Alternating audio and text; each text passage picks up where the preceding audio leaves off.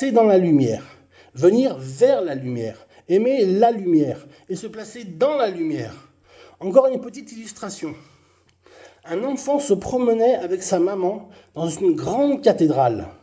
L'enfant va observer les vitraux dans la cathédrale et lorsqu'il était dans la nef centrale, il va regarder tout autour, toutes les images, toutes les figures et l'enfant va dire « Mais c'est qui ces gens qui sont dans les vitres?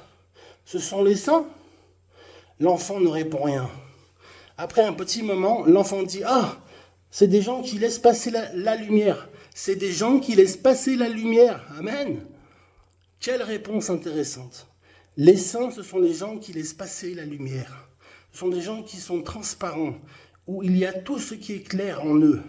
Mes amis, nous sommes peut-être parfois comme des vitraux bien fragiles, bien imparfaits.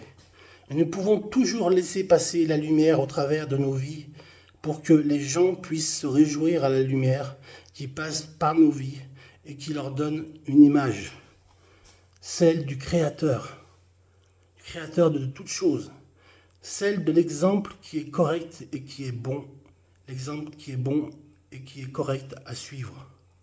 Venir vers la lumière, aimer la lumière, se tenir dans la lumière. Et je finis avec ce dernier point, marcher dans la lumière. Le prophète Ésaïe va dire, encore au chapitre 60, « Lève-toi, sois éclairé, ta lumière arrive et la gloire de l'Éternel se lève sur toi. Voici les ténèbres couvrent la terre, mais sur toi l'Éternel se lève et sa gloire apparaît. » Quel beau verset, quel belle promesse. Je voudrais vous laisser cette parole comme un encouragement à une personne en particulier. Sur toi l'Éternel se lève, il fait briller sa justice et sa face sur toi. Il tourne sa face vers toi pour t'encourager aujourd'hui.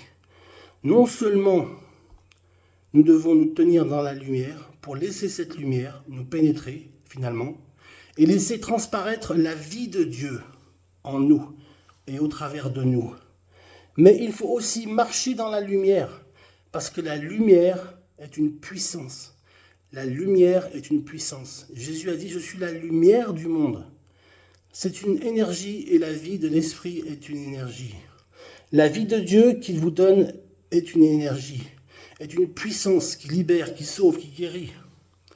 Vous recevrez une puissance, une énergie, la force, la présence du Saint-Esprit.